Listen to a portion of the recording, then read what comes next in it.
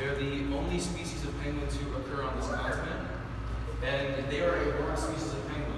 You might think penguins are a little bit cold, but they actually are a couple of warm species of penguins, such as this one.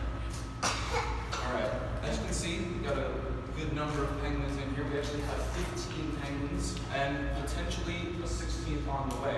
If you look over there, we have a penguin laying on an egg in that little kind of like hidey hole. We do not know for sure if this egg is actually fertilized. It still needs to be checked. So we could potentially be looking at a 16th penguin on the way.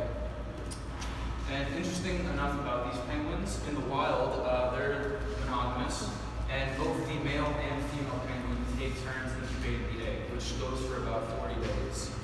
So they do a good job of sharing that parental care. And even after that egg is born, for the next 30 days, both the male and female will take turns guarding the nest from predators. So, as you can see, we have a lot of penguins here. They look kind of the same, little gentlemen in tuxedos.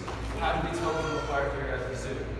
So if you'll notice, they actually have bands on their flippers. Males have their band on their right flipper, whereas females have bands on their left flipper.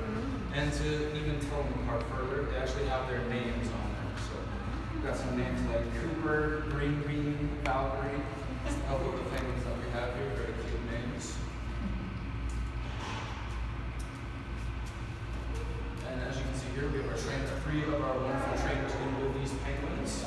Two of them are in charge of feeding our penguins, and one over here is in charge of note-taking, basically just how much fish and what kind of fish each penguin is eating. And because that's a very important thing to monitor. We want to see if they're eating their fish, because if they're not eating, they stop eating, it could indicate that they're either about to molt or about to lay an egg. Very significant life events for our penguins here, so we just want to keep track of that.